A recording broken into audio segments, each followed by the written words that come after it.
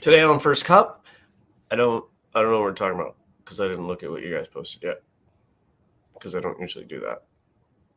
But we've got stuff. So much stuff that Frank didn't even add more. Stick around. 15 seconds. I got coffee. I even checked the temperature of my coffee. There's a temperature gun just for fun. 143 degrees.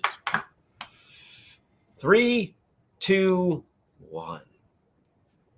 Good morning, everyone, and welcome. Today is Wednesday, January 26th, 2022. My name is Jeremy, and this is my first cup of coffee.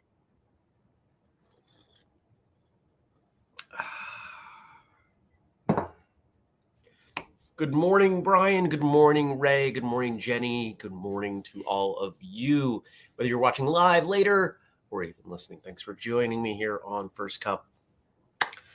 Well, yesterday was a bit of a whirlwind between computers being weird and talking to guests, interviews, and the stuff Andrew and I did. It was an over-the-top day. It was kind of ridiculous.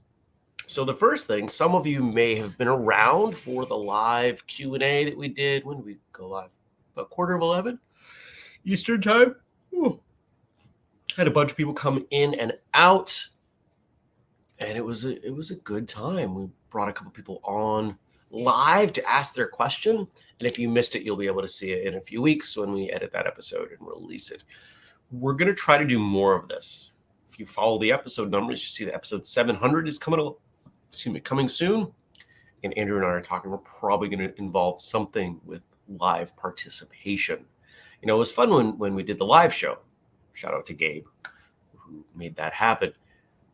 But there's more, right? There's more that we can do with the StreamYard platform. And that's what we're looking to do. Good morning also now to Stacy and Andy and Dennis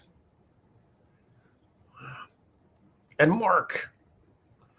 Andy says, good morning, awesome sweatshirt. Well, thank you.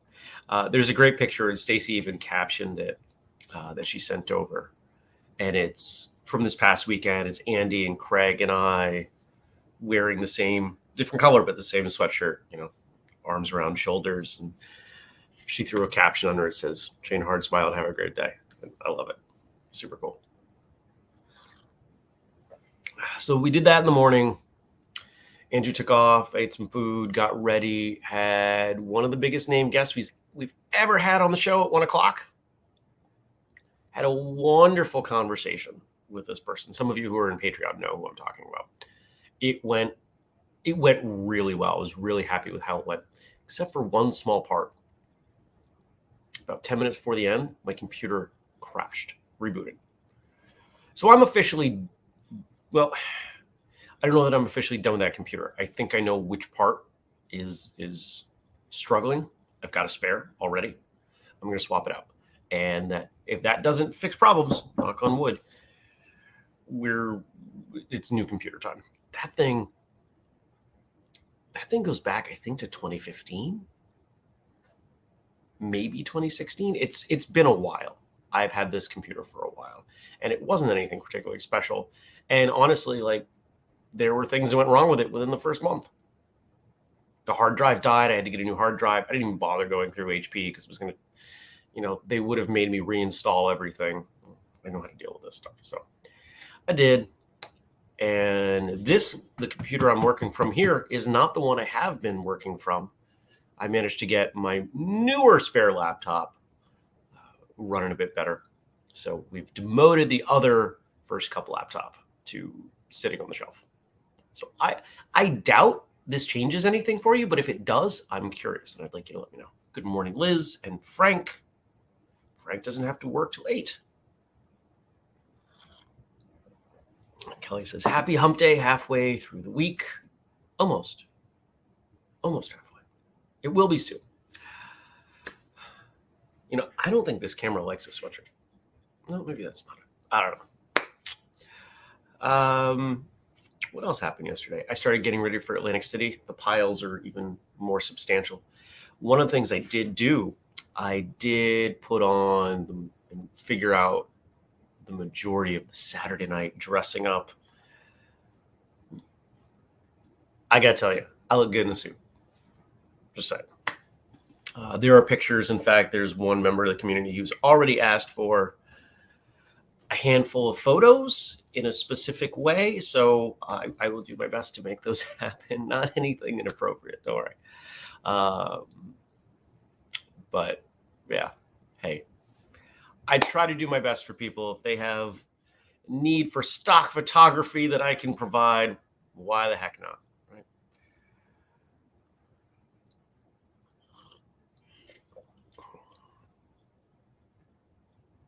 Jenny says, looks like you were bringing snow with you to the area this weekend. I was unaware. Is it going to snow down there? Is it actual snow, or is it, like half an inch and everybody freaks out? Dennis says, looking like about a foot on Saturday. Well, that's a lot of snow. The first time I went to this event in Atlantic City, there was a horrendous storm. I mean, like an actual nasty storm. It didn't bother me because, at the time, I still had larger than I have now. I had a 4Runner, big snow tires on it. Like, I was fine, no issues. But there was somebody that I kind of knew going around asking people, saying, somebody, and to this day, I find the decision that this person made incredibly frustrating. Somebody who was coming in with, I think it was like a diesel Hummer. So like a large vehicle that had very little problems in the snow, passed the last gas station on the highway because they wanted to get to the hotel and wasn't sure they had enough gas to get back out to a gas station. But by the time they decided that this was an important thing to do on Saturday, the storm was so bad, most of the gas stations were closed. There was flooding everywhere. It was horrendous. And so this person asked me for help. So I said, sure, I will help. So the three of us loaded up with a gas can and we went for a drive. Don't not fill your gas tank because you want to get somewhere 3 minutes earlier. Please. I struggle with it then. I mean, this is 5 years ago, 6 years ago. I still struggle with it. Why did this person make such an irresponsible decision? If I was presented with a similar situation now, I probably would not have gone back out because I put myself at risk. It was a fun story, but it was one of those snowstorms where you're like, oh, there are literally no other cars on the New Jersey Thruway. I think we drove 10, 15 miles, 20 miles one way to find a gas station still open.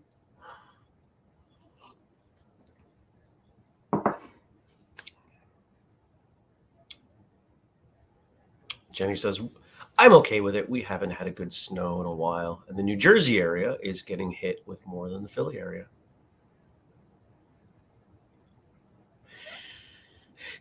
Stacy says, because they were afraid to go slow. I love it. Anything else happened yesterday? I don't think so. I didn't even leave the house. By the time my second interview was done, which went really well, I was very happy with it. We had some technical issues on that one too, but I don't think those were on my end. I don't know. This is where editing is very nice because we can chop out those parts where things were not working. But I stuck around and I packed and I put things in piles, and I'm currently contemplating how much stuff I'm bringing. Am I going to do the pretend Boy Scout thing where I fill my car and bring everything to my hotel room? Or am I going to go minimalist this time? I don't know. Something in the middle? Who knows? I'm really not gone that long. But if there is that much snow, let's face it, I don't have to be home.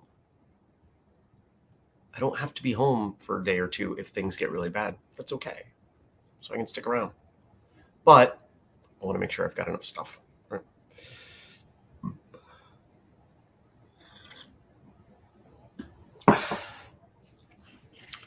Dennis says, for anyone who started 12 months to health the day after Thanksgiving, this is day 61 already.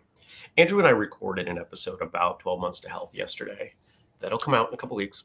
And we talked about the story behind it, why I talked about how it relates to martial arts and my philosophy on martial arts and progress. And I think it came out pretty good. I will say I felt Andrew and I were really on yesterday. I suspect that when you listen or especially watch those episodes, the 3 that we did yesterday, you'll be able to tell. You're like, yeah, those 2 are on. And hopefully that is a more frequent occurrence. You do something often enough, you get better at it. Frank asks, in Cincinnati, it's 8 degrees Fahrenheit. How cold is it where you all are at? When I got up, it was 1 to 2 below. Our high today is supposed to be 7. So it will not be warmer here today than it is where you are now, Frank. Have a great day, Andy. Andy's off. Dennis says it's 16 in central Connecticut. Now, I'm finally looking at next week. It's going to warm up. We've got days in the high 30s and mid 40s. So I'm looking forward to that. Mid 40s at this point. That's t-shirt weather here in Vermont. That's 60 degrees warmer than it was over the weekend. 60. When it warms up 60 degrees, yeah, you're outside in less clothing.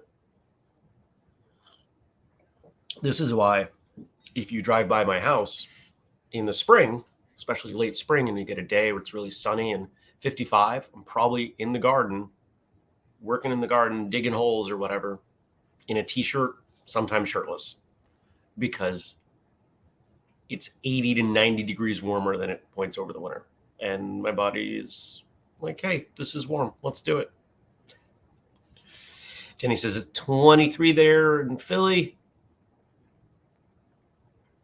All right.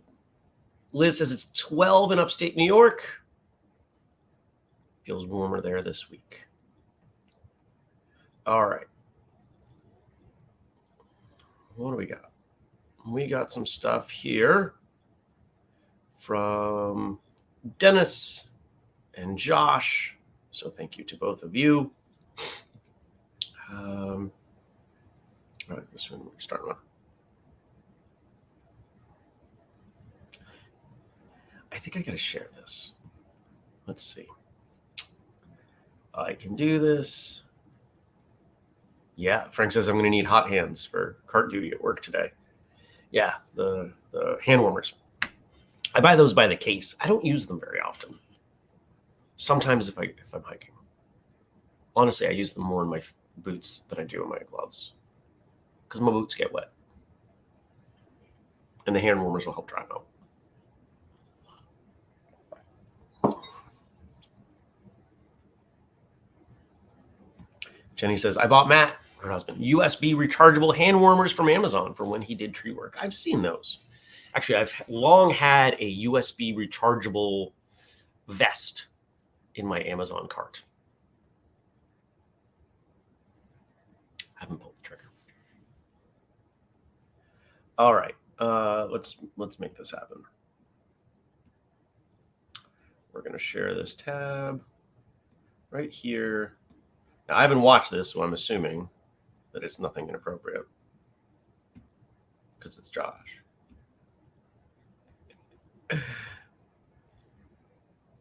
Oh, I love it. It's all right. Josh says, aside from attacking unsuspecting snowmen, if you're listening instead of watching, there's a well-developed, developed, it's a weird word to use, a well-constructed snowman, and Josh is attacking it and kicking the head off the top. I love it. Aside from attacking unsuspecting snowmen, ours is basically solid ice at this point. Do y'all have favorite ways to train in the snow? So that's awesome. I think one of the best things. Okay. If you consider training in different environments, right? Training in your school, training outside on the lawn, training in water, training on uneven ground. We've done episodes on this stuff.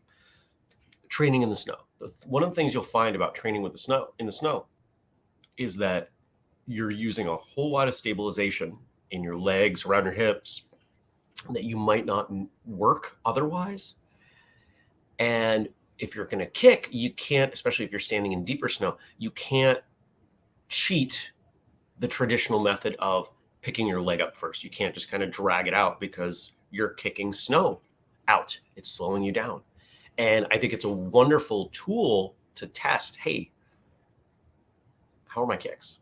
Do I, let's say a front kick, pull that knee up first and leave a hole in the snow? Or does my foot kick out? Which honestly, I've spent a lot more time working that lately because it's a whole other conversation. But the snow goes flying. It's things to consider.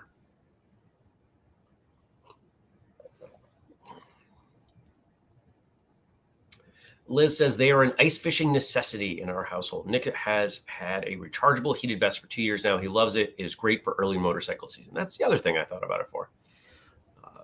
It's not so much my torso that gets cold on the bike. It's my hands. So I've thought about the gloves, but I hate wearing gloves when I ride because I have little hands and I don't feel like I have control over the bike. But that's okay. Hey, you work with what you got. So Ray's asking, and let's finish up the snow conversation, then we can answer that.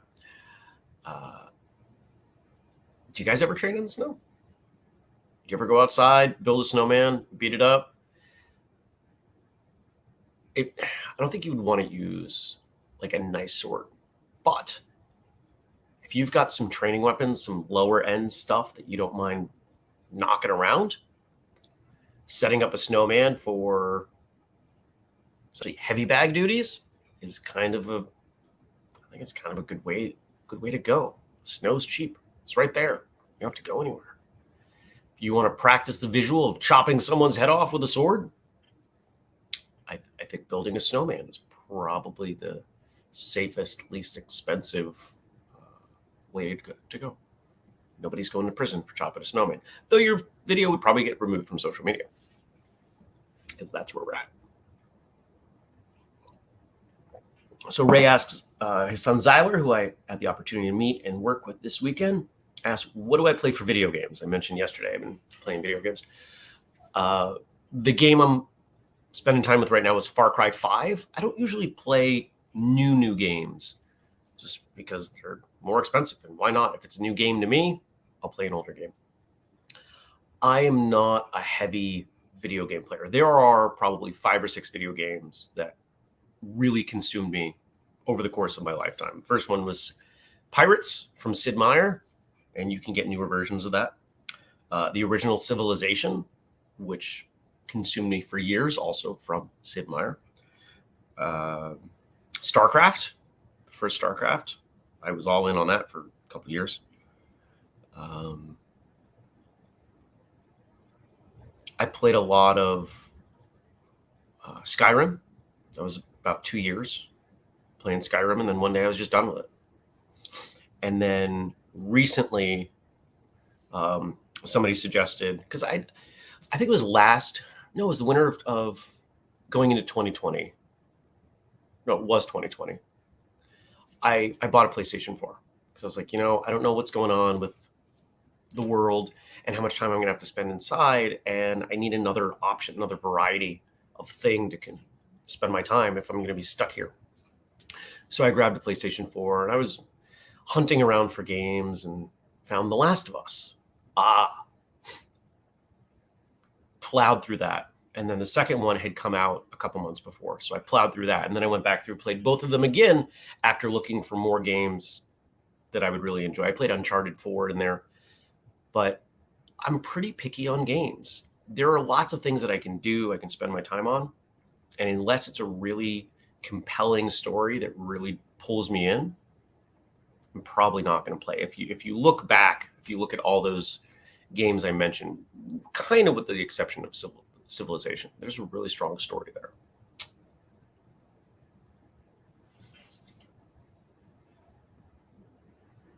Kelly says, whistlekick challenge, video yourself fighting snowmen. I think that would be awesome. I'm seeing videos pop up on social media of people with multiple bags. They have an old stand-up, like a wave master, and they get a bob and they set the two up and they're doing sequences as if they had multiple attackers. You could do that with snowmen. You could do that pretty well with snowmen. I would love to see that. The next weekend where there's a bunch of snow and the snow's right, yeah, I hope you all do something like that.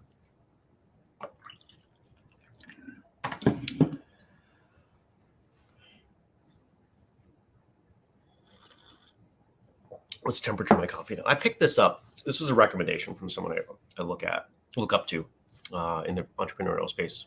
He said, if you have a farm, I kind of have a small farm, having this temperature gun is pretty handy. Coffee's down to 127, but I have found spots on the wall, the outside wall, that need more insulation. It's like, 60, 60, 60, 43. I think we should do something about that this summer. So it's a tool like anything else. All right. And then the other thing, and this will probably take us through to the end, courtesy of Dennis. Dennis says, this is borrowed from a Black Belt magazine post today, but great discussion for this group. What are the 3 most important attributes for a black belt to possess? That is a good question. What are the 3 most important? I want to make sure I get that word right. The 3 most important attributes for a black belt to possess. I want to hear from you all too. I hope you will chime in. What is necessary here? What should a black belt be or have? It's interesting. The first place my brain goes on this stuff are the 5 tenets of Taekwondo.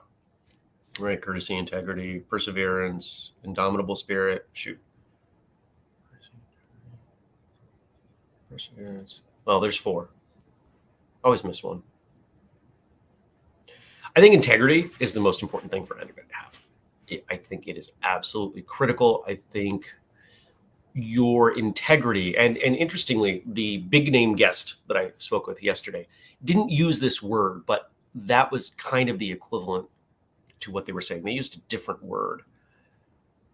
But as they were saying what they were saying, it resonated to me as integrity. So I'm going to say integrity is first. Stacy's helping me. Self-control is the one I'm missing. Thank you. And Jenny says, my brain went to the 7. 7? I have not heard of 7 tenets of Taekwondo. What are the other 2? Do you do those 5 and 2 more? Oh, what's going on? This is one of the things I find interesting about Taekwondo, is that people think of it as much more unified than it is. When, as far as I'm concerned, it's closer to karate, where, similar roots, or depending on how you look at it, the same roots, but has spidered off quite a bit. Stacy says, the heart of a humble teacher. Humility. I think a black belt should be humble or work towards humility.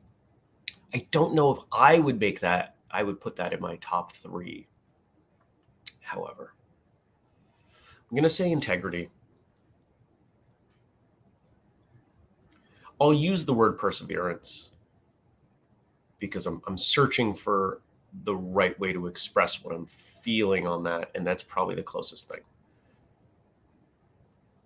Persistence might also be a slightly better word.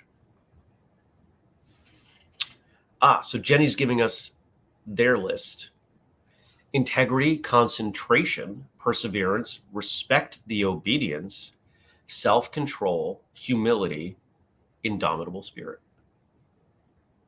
Interesting. Oh, respect and obedience. Okay, that makes a little more sense.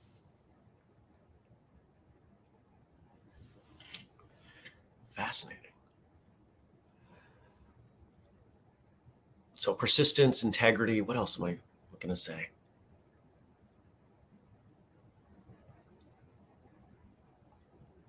Openness. Some way of describing a willingness to learn more, an openness that there is more to learn.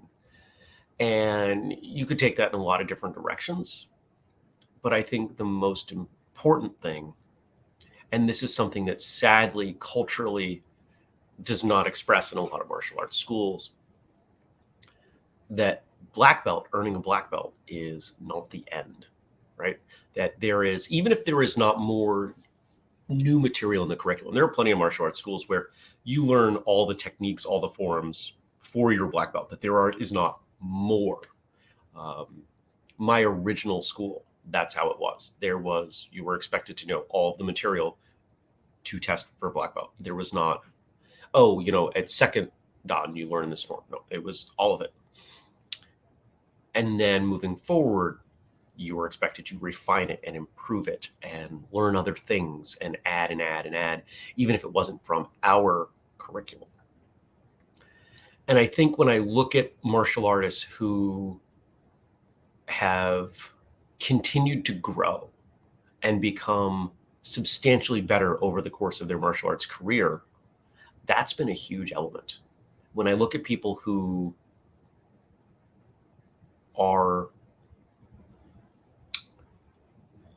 they dial in more and more on the curriculum in front of them as they age, as they progress, they may get really good at those things. But if you've been following the shows for a long time, I believe a diverse martial artist is a better martial artist. The more techniques you have, the more you understand, the more concepts, etc., the more applicable you are in any given situation. So they miss that part. So I think that's what I'm going to say. Integrity, persistence, openness. Kelly says heart. I think that's a really important one. And acceptance of all.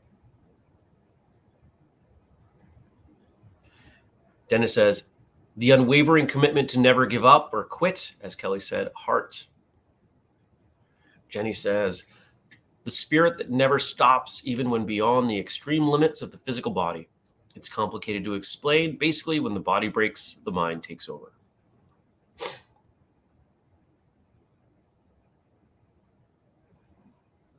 like that.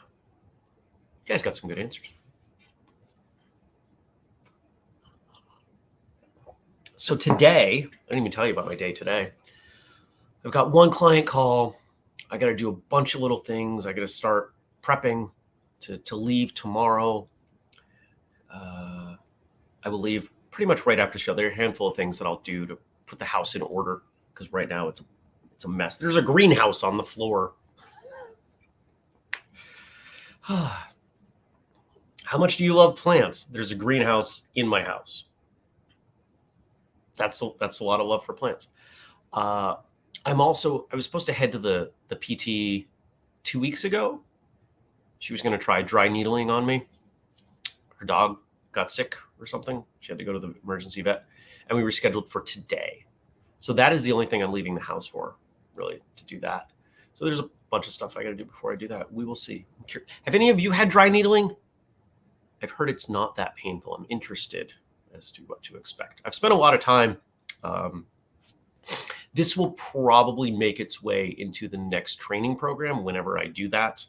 I'm tentatively calling it Kick Clinic, and it's a bunch of stuff, strength, flexibility, etc., specifically for kicking.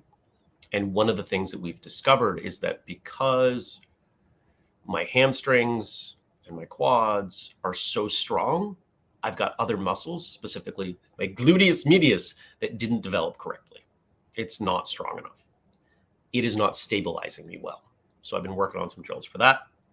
And theoretically, the dry needling will resolve. There really isn't any pain right now. I'm not quite sure why she's so gung-ho on doing this, but she's the one that figured out what was wrong with my knees in 15 minutes. So clearly she's got some knowledge I don't. I'm willing to give it a shot. What's the worst that's going to happen? It hurts and I'm out of a little bit of money and time. I've spent time and money on way less likely things, so I'll give it a whirl. Kelly says, I unfortunately kill plants. If you would like to not kill plants, get yourself a moisture probe. Little stick you put in the plant, tells you whether it's dry or wet. Most people kill plants because they overwater or underwater. Jenny says, Matt said honor and beginner's mind are in his top 3. It's harder to pick just one more as the final. You know, this would be an interesting article. As an aside, if any of you want to write for Marshall Journal, you're welcome to. I can put you in touch with Justin. We can make that happen. But the discussion on this, I'm envisioning something that kind of surveys a number of people and answers this question, because I think there's a lot that you could do with it. And actually, it'd be a really easy article to write, because we could just take all of these people and say, hey, tell me your top 3 and explain them, and then just kind of list them out and thread a narrative through it. And there you go. You got an article. Dennis says, Kelly, good to know I'm not alone. I blame the cat, but it was all me killing those poor plants.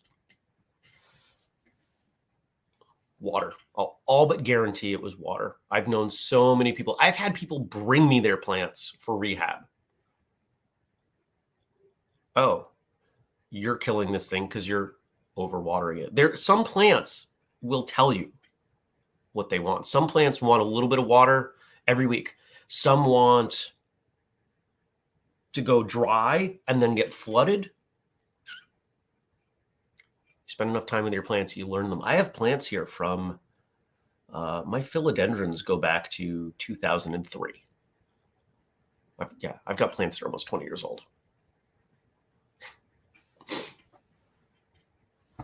I've got some plants. All my spider plants originated from a couple plants my father gave me. And I'm looking at 1, 2, 3, 4, 5, 6.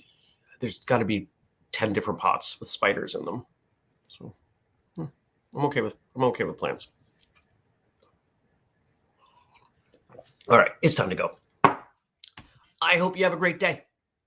I hope that you will consider leaving some stuff to talk about over on Facebook. Facebook.com/First Cup with Jeremy. If you don't do Facebook, you are welcome to email me, jeremy@whistlekick.com. We do the show every weekday, 6:30 a.m. U.S. Eastern Time on YouTube, on Facebook, and then we switch it up. Today we're on Twitch. Monday, Wednesday, Friday, we're doing Twitter. Tuesday, no, I don't know. It gets swapped around. And then if you want to support us, we've got the Patreon, patreon.com/whistlekick. If you want to know the name of like that big name guest that I mentioned, that's the only place you would find out. We've also got a bunch of other exclusive content over there. And in the top 2 tiers, the School Owners Mastermind. And we're looking at putting together another mastermind, like a non-school owner, a training mastermind, as people step into those tiers. So don't be afraid to reach out with questions or suggestions there. And if you want the entirety of what you can do, go to whistlekick.com/family. There's a pile, as well as some exclusive behind the scenes stuff you're not going to find anywhere else. And that one's free.